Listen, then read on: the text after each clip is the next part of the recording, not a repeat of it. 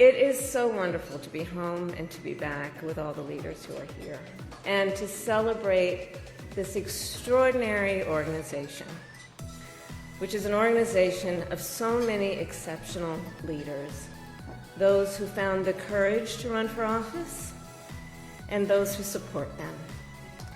Emerge, I will say something you know. Throughout my entire career and life, I have always believed in the ideals of our nation.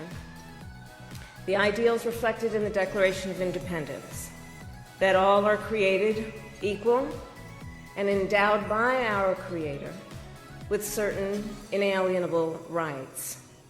Ideals advanced and affirmed by the service and sacrifice of generations of patriots. The ideals that ground the Constitution of the United States, that here in our country, power ultimately lies not with the wealthy or well-connected, but with all of us, with we the people.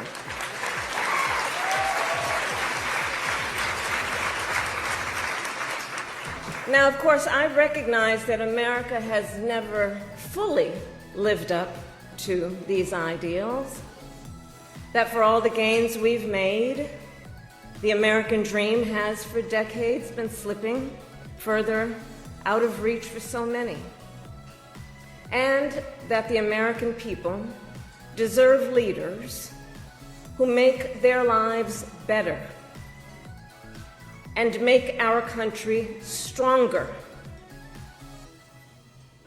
But sadly, we have seen quite the opposite over these past few months.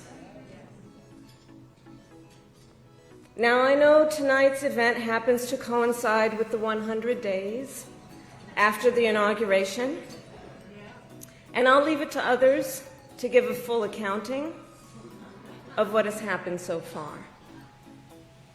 But I will say this. Instead of an administration working to advance America's highest ideals, we are witnessing the wholesale abandonment of those ideals.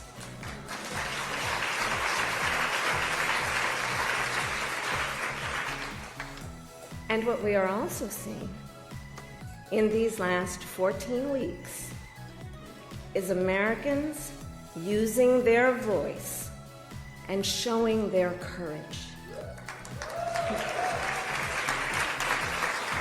We all know President Trump and his administration and their allies are counting on the notion that fear can be contagious. They are counting on the notion that if they make some people afraid, it will have a chilling effect on others. But what they're overlooking, what they have overlooked, is that fear is not the only thing that's contagious. Courage is contagious.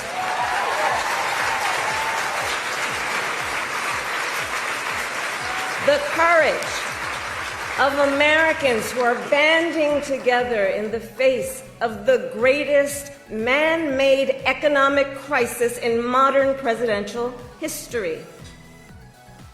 Americans across the political spectrum who are declaring that the president's reckless tariffs hurt workers and families by raising the cost of everyday essentials, devastate the retirement accounts that people spent a lifetime paying into, and paralyze American businesses, large and small, forcing them to lay off people, to stop hiring or pause investment decisions.